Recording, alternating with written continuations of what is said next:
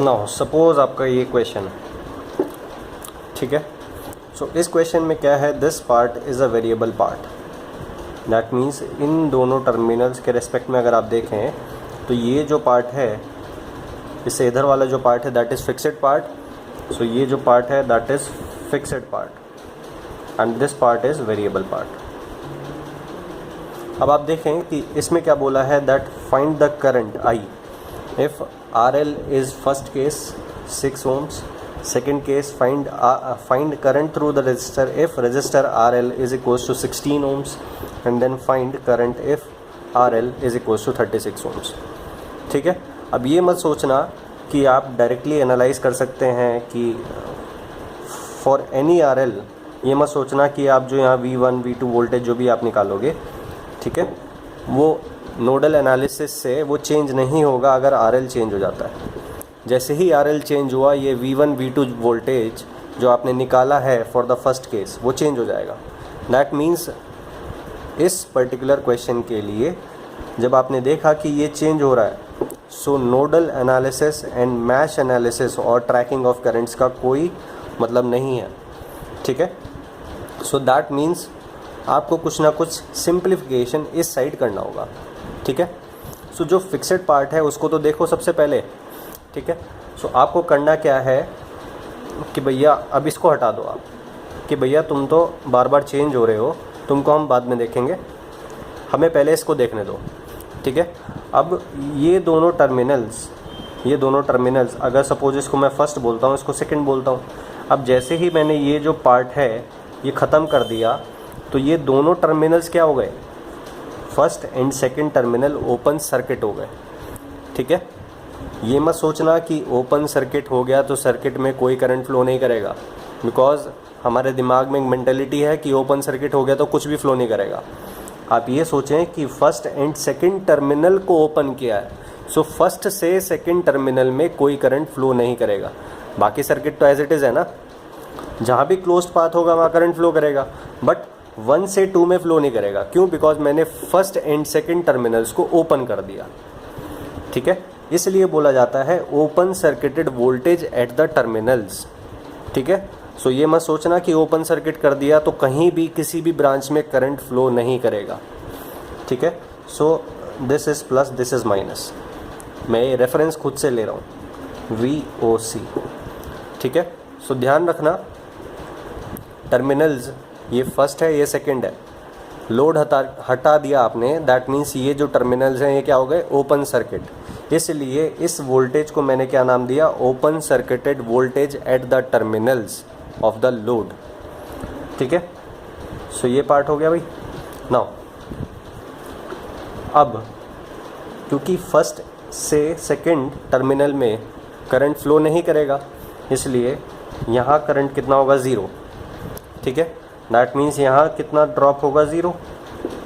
सो ये पार्ट का कुछ मतलब नहीं है। क्यों?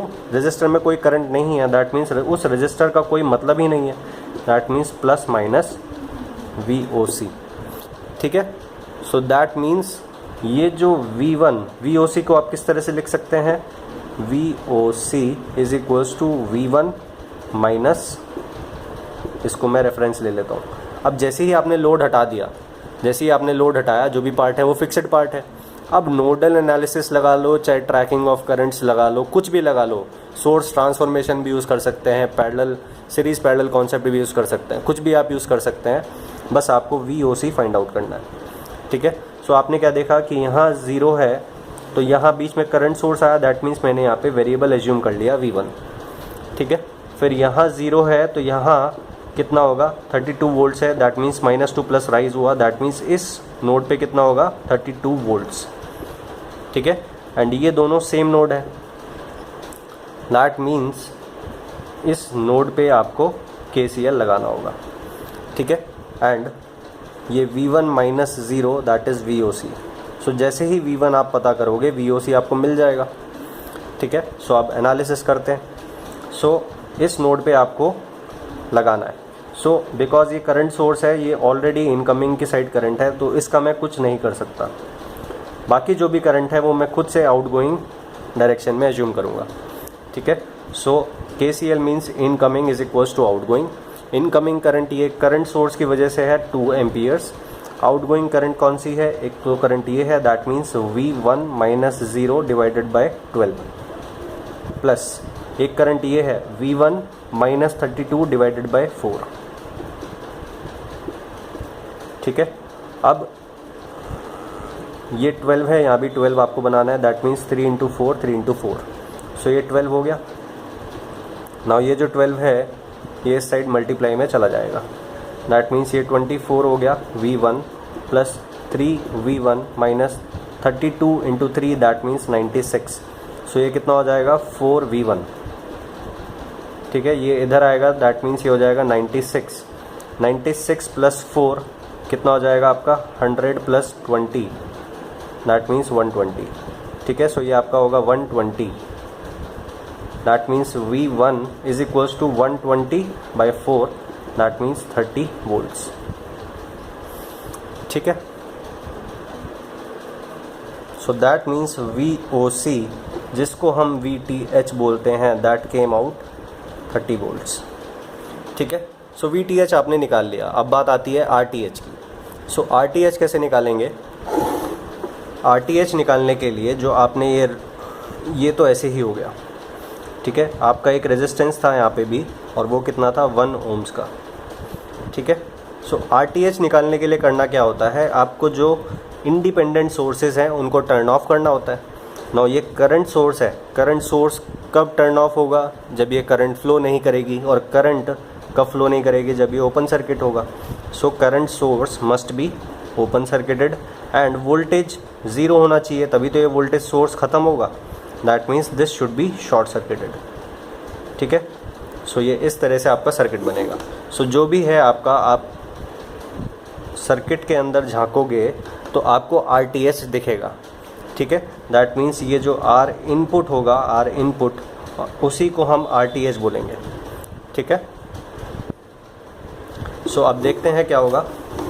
आपने देखा कि आपको ये दिख रहा है सर्किट, जो भी सर्किट है, ये रेजिस्टेंस एंड ये रेजिस्टेंस पैरेलल में है, क्योंकि ये नोड इसके साथ भी है, इस रेजिस्टेंस के साथ भी है, एंड ये वाला नोड इसके साथ भी है, और ये नोड इसके साथ भी है। दैट मीन्स दोनों नोड्स कॉमन है दोनों रेजिस्टेंस की, दैट मीन्स दोनों पैरेलल में। सो किस तरह से होगा, 4 एंड 12 आपके पैरेलल में है। ठीक है, फिर उसके बाद आपने क्या देखा कि आपका ये रेजिस्टेंस आया, दैट इज़ दिस 1 ओम्स। ठीक है, और ये आपका फर्स्ट एंड सेकंड टर्मिनल्स हैं जो ओपन सर्किट आपने किया हुआ है। ठीक है, ये आपका 1 है। नाउ 4 एंड 12, 4 को आप किस तरह से लिख सकते हैं, 12 पैरेलल टू 12 पैरेलल टू 12। ठीक है, सो दैट मीन्स ये टोटल कितना हो गया, 12 parallel to 12 parallel to 12 parallel to 12, that means 12 by 4, that means 3 ohms इसका ही आएगा इक्विवेलेंट। दैट मीन्स ये दोनों का इक्विवेलेंट क्या आएगा आपका 3। ठीक है, और ये टोटल आपको कितना दिखाई देगा, 3 + 1 दैट मीन्स 4 ओम्स आपका क्या हो गया RTH। ठीक है, सो ये RTH निकालने का जो तरीका है यूजिंग सीरीज पैरेलल कॉन्सेप्ट, ये कब एप्लीकेबल है, जब डिपेंडेंट सोर्स अवेलेबल नहीं है।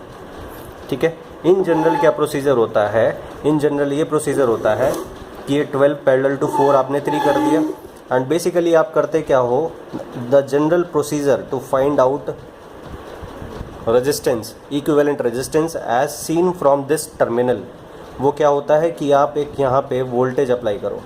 सपोज़ आपने 1 वोल्ट अप्लाई किया, ठीक है, और फिर आप करंट को मेजर करो कि ये करंट कितना जा रहा है। ठीक है, end voltage divided by current V, कौन सा V, ये प्लस माइनस टर्मिनल्स पे जो है, that is 1 volt, 1 divided by I, that is RTH। ठीक है, सो आप देखें कि ये I है, दैट मीन्स ये जो टोटल होगा, ये ड्रॉप कितना होगा, 3 + 1 इंटू I, दैट मीन्स ये 4I होगा। ठीक है, so that means 1 divided by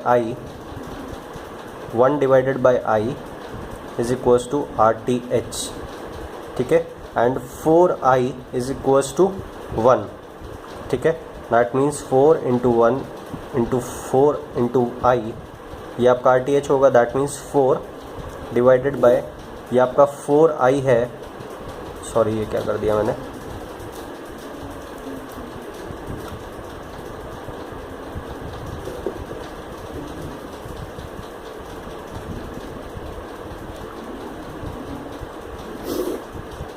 ये 1 वोल्ट है। दैट मीन्स करंट कितना होगा आपका, करंट होगा आपका 1 डिवाइडेड बाय 4, ठीक है, 1/4 एम्पियर्स।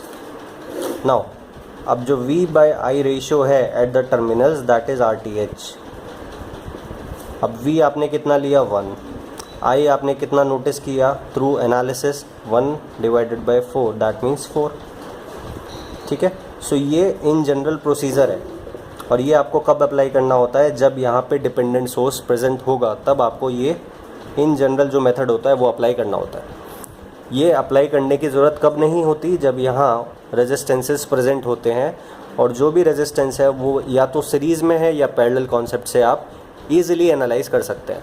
अदरवाइज़ आपको यहाँ वोल्टेज या करंट सोर्स अप्लाई करना ही होगा, या तो आप वोल्टेज सोर्स अप्लाई कर दें 1 वोल्ट्स का, या आप करंट सोर्स अप्लाई कर दें 1 वोल्ट का। अगर आप वोल्टेज सोर्स अप्लाई करते हैं तो आपको करंट देखना होगा कि अंदर कितना करंट जा रहा है, end voltage divided by current that is RTH। अगर आपने करंट सोर्स लगाया है सपोज़ 1 एम्पियर का, तो जो इसके अक्रॉस वोल्टेज आएगा that is suppose V, and V divided by 1, क्योंकि आपने 1 एम्पियर का सोर्स लिया दैट इज़ RTH। सो जो भी वोल्टेज करंट सोर्स के अक्रॉस आएगा that is RTH in this case. So ये सब कुछ आपको क्लियर हो जाएगा जब मैं डिपेंडेंट सोर्सेज वाले एग्जांपल लूँगा, ठीक है। सो आपने क्या देखा, VTH is equals to 30 volts. ऊपर प्लस नीचे माइनस क्यों करा, बिकॉज मैंने VOC में ऊपर प्लस नीचे माइनस लिया था इसलिए, ठीक है। फिर उसके बाद RTH आपका कितना आया 4। सो ये आपका इक्विवेलेंट ड्रॉ कर दिया आपने किसके रेस्पेक्ट में, ओपन सर्किटेड टर्मिनल्स के रेस्पेक्ट में। अब जो आपका लोड है वो आप लगा लो।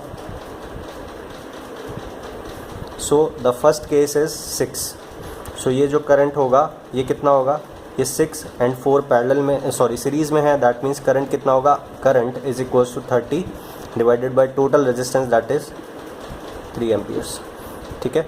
अब सेकंड पार्ट आपका क्या था कि ये जो रेजिस्टेंस है, अगर ये रेजिस्टेंस आपका 16 हो गया, देन करंट कितना होगा, I is equals to 30 divided by 16 plus 4 that means 20, that means ये आपको हो जाएगा 1.5 एम्पियर्स, ठीक है।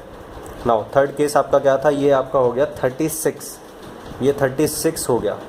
दैट मीन्स ये क्या होगा 30 divided by 36 plus 4 that is 40। So 3 divided by 4 that means 0.75 ampere. So easily आपने तीनों पॉसिबल केसेस के लिए करंट निकाल लिया। और वो क्यों निकाल लिया, बिकॉज ये इतना सिंप्लीफाइड वर्जन आपको मिल गया सर्किट का, ठीक है। सो जो फिक्स्ड पार्ट था वो इतना इजी हो गया, इसलिए आप for different value of this resistance easily आप करंट को निकाल पाए, ठीक है। So this is the beauty of Thevenin's theorem कि आप इजीली इतना जल्दी एनालाइज कर सकते हैं सर्किट को। कब, जब ये जो सर्किट का एक पार्ट है दैट इज़ चेंजिंग, ठीक है।